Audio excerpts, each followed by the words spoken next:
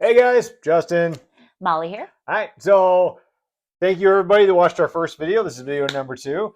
Yeah, thanks everybody that subscribed and gave us feedback on that on our different socials.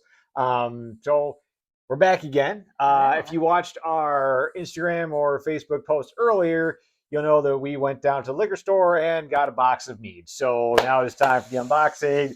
What's in the box? All right. So we got now a couple of things. They only had one new thing, but so we got the Rubus Ideas. It almost sounds Latin, but it's mead. Yep. So it is a raspberry and honey mead. It's good. It is good. We Raspberry is always Yeah, good. we had this before, but I don't remember it. So I don't know how much mead I had that night. It was a long night. It was a long night. Yeah, it A was a lot long of night. people enjoyed. It was.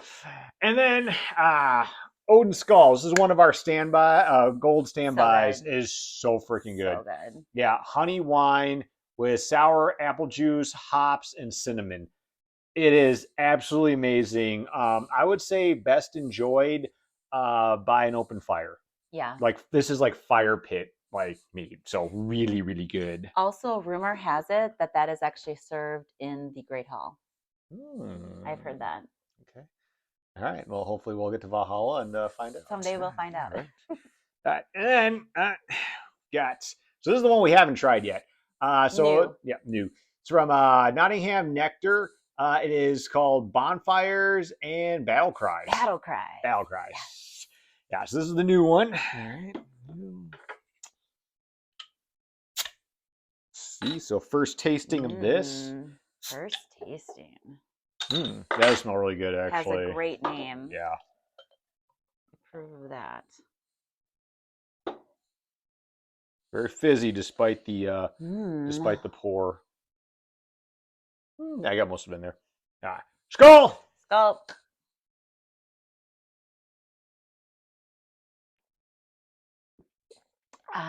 The first sip and the first several gulps. How he knows he likes it. If you watched our first video, you know that. So this tastes like honey to me, and goodness, honey and goodness. What do you have?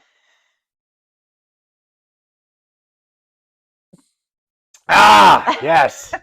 Yes. It's a positive one. That is a good one. Yeah. Oh, that's a good one. Gulping tells him if he likes it or not. Yeah, I have.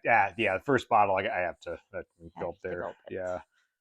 I do feel like if because I'm trying to do a good pour, so I don't get a ton of foam, but I feel like I got a little too much foam on that first one there. All right. It was good. So this literally tastes like a battle. Yes. Isn't that weird? Like, what does it taste like? It tastes like a battle. Yeah, like that one we had last week was good, but that wasn't like I want to go fight a battle, or I felt like I just felt the battle. I fought a battle. Yeah, it wasn't our style. Yeah, no, that was very much a someone else's style. That one, yeah, last week that one was a I'm laying in a meadow. Yeah. Hot summer's day. I don't lay in meadows very often. I don't never done that either. Actually. But so, yeah, this is more our type. This is more mead. Yeah, this is what I feel like mead should. Mead. Yeah. Ready to go after you drink this. Yeah, actually, what? No, I'm really ready to go after drink this. That's a good one. Yeah, that's a good one. I'm gonna save that one for now. Yeah. Well, 2 horns up on this one. 2 horns up on this one. Fantastic. Yes. So, yeah, that's a good one. So, I highly recommend. Nottingham Nectar, Bonfire, and Battle Cries. Battle Cries. So, you can remember that. Yeah. All right. So, that's really good. That's really freaking good. It is. Yeah. Oh, wow. Anyway, all right. So you had a topic you wanted to cover tonight. Yeah, a really important topic, actually, close to my heart. And today we're going to talk about how Vikings and goals are really synonymous, and how by studying Vikings, you can help endeavor to get your goals going and follow through on your goals. It helped us. Yeah. Well, when we talked about for years, like just let's binge that freaking show and drink mead because it sounded cool, but then we actually kind of started diving into history and stuff at the same time. So that motivated us to actually learn shit. I'm motivated to do everything now. Exactly. Yeah. If there's something to do, I'm motivated to do it. Crazy. All right. Super high level of energy that I don't understand, but all right. I'm watching the Vikings. Okay, that's a good point. All right. Yeah. Okay. Continue. So, yes. So, three ways that Vikings and goals are basically synonymous, basically. So, the first one that we're going to talk about today is going to be how when you have a goal, you have to go after it, regardless of what other people say. Because when Vikings, and we're going to talk about what we mean by the word Vikings in a second, but when Vikings wanted to go west, some people in their villages said, why do you want to go west? Like, why do you want to leave here? Why do you want to change? And the Vikings who wanted to go west, it's because they had curiosity and they wanted to grow. They had a growth mindset, really. And that's when people, when they go after goals, they have a growth mindset. So, Vikings, if you want to be like a Viking, you can follow that. Even if someone says, why do you want to do that? You just follow what you have in your heart and do it anyway. Yeah, and also, and now when she's saying Vikings, we're not talking about one ethnic group, No. Like that. So in Old Norse, the closest translation that I could find, the word Viking or Viking means sea raid, basically amphibious landings, fighting a battle, going ship to shore. Mm-hmm. All right. So not everyone in that culture was a Viking. So kind of like now, like what she's saying, if you may be part of a group and you might be that one person in that group or a couple people in that group said, hey, like there's something more out there that I wanna go after. Oh. That means you are a Viking. I don't know if Basically, I go that far, but yeah. the word Viking means go after Well, your yeah, goals. yeah. When you put it like that, right? Essentially, yeah. So I mean, Essentially. it was old translation would be basically amphibious warfare would be the most like loose translation I think to it because so Viking meant sea raid. You went Viking, you were sea raider. So essentially, like I said, amphibious operations. You're going from ship to shore, conducting that operation, going back to the ship. Interesting. I love history. I love history too. Yeah, So good. I love Mead too. I love this Mead. But yeah, okay, on to number two. So the other thing that's really important that Vikings teach us about goals is that sometimes when you're going after a goal, you're going to have an obstacle. It's just going to happen. Yeah. And that happens to the Vikings too when they were going on their raids. They would go on their long ships to the land that they were going westward toward, and there would be a mist. And that would ruin their element of surprise. And they were like, yeah, we're going to go in and we're going to have the element of surprise, position of advantage. But then this mist would come, so they'd have to wait. So they would, instead of saying like, oh, great, I guess like our whole raid's ruined now. No, they changed it into a strength, a weakness into a strength. So basically what they did on their long ships, on the prow, they would carve these elaborate either dragons or snakes or something really scary so that when people on the land that they were going to go raid, they would just see the mist and they would see this scary dragon or snake, and then that would give them their advantage of surprise back because the people would be scared of them and that would help them in their raid. So they took that weakness of the mist and they turned it into a strength. That'd be absolutely terrifying just seeing that like all of a sudden. Also during that time frame too, you're doing a lot of cultures that were incredibly superstitious. So all of a sudden you have this like dragon just coming at you out of the mist. And also too, remember the Scandinavians also they were somewhat similar in their spiritual beliefs of that there were evil things, demons, monsters in the mist. So also to your point, they're kind of overcoming that too. They're using what in almost culturally, spiritually is a weakness, they're turning into a strength. That's so inspiring to me. So if you ever have a weakness, like the Vikings said, just turn it into a strength. Try really hard, even if you think you can't. All right. So the last thing that we'll talk about today about how Vikings teach us to work towards our goals and how goals and Vikings are synonymous really is that when they attained a goal, they celebrated, often with meads. Oh, good. Awesome. So those are three things that can inspire you to go towards your goals. And if that didn't sell you on it, learn more about Vikings and you'll be inspired as well. Yeah. Or just be inspired too. I mean, their mythology was absolutely fascinating. Yeah. Fascinating. I mean, last time before battle, they're praying to Odin and Thor and all those. Yep. Actually, it's pronounced Thor. I learned that. I learned that by watching. There's a great channel. I can't remember his name. I'll see if I can find it. Icelandic pronunciation. Oh, interesting. Yeah. So because we all say Thor, it's actually Thor. Oh, wow! I didn't know that. Yeah. Learned something today. Yeah, and not the Marvel character. Yeah. Are we going to be talking about entertaining? Kind of a Chris Hemsworth fan. Yeah, we're going to talk about. Isn't Yeah, you're a Chris Hemsworth fan too. He's okay.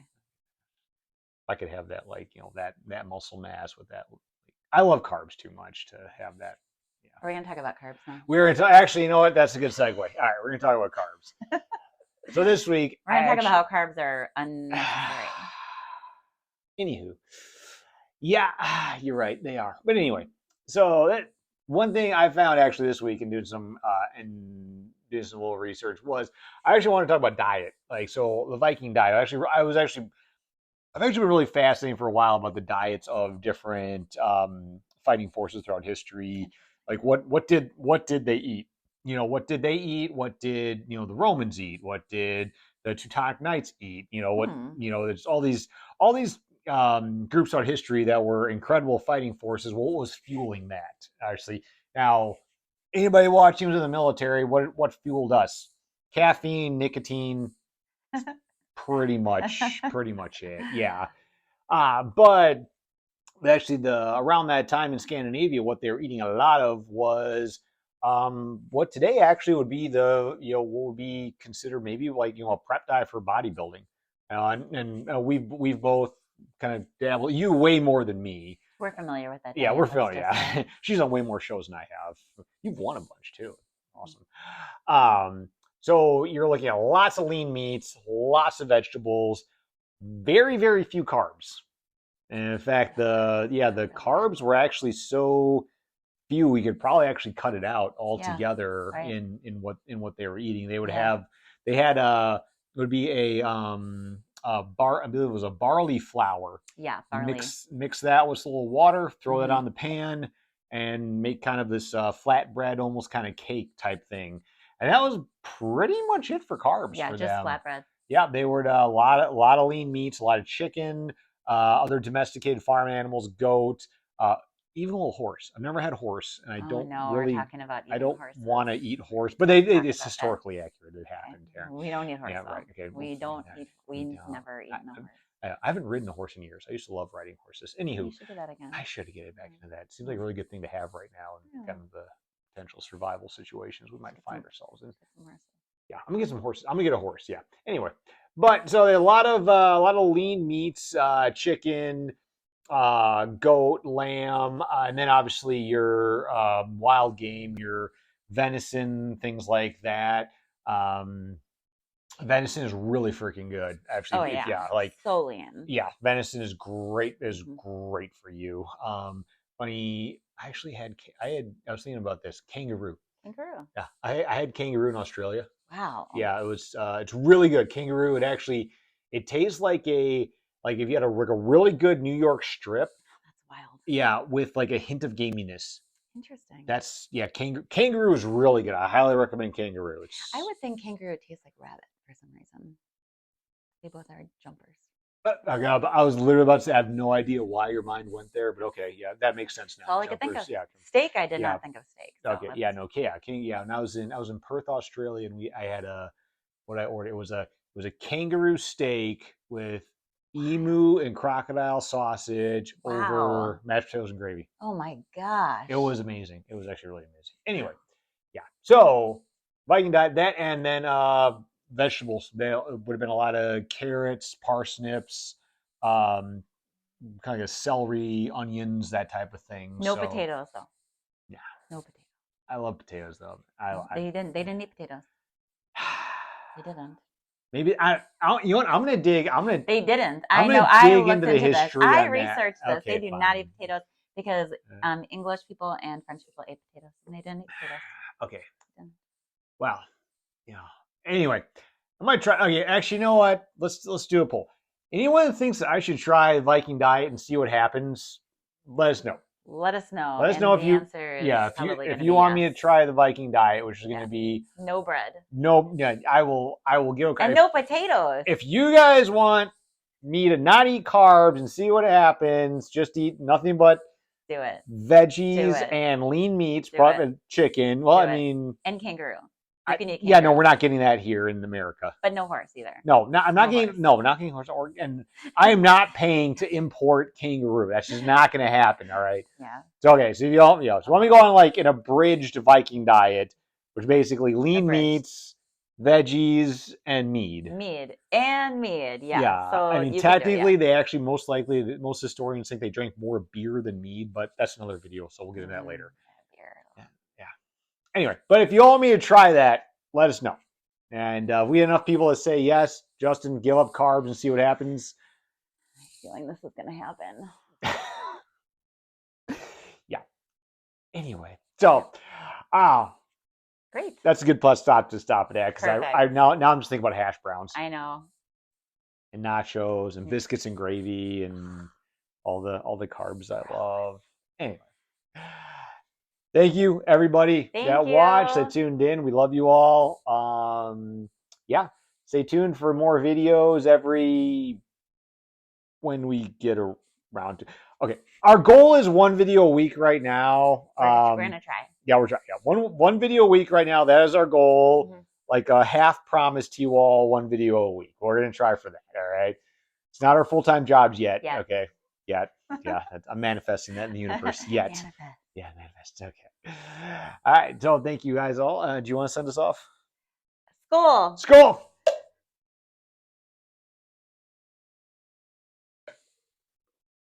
Was I supposed to say something?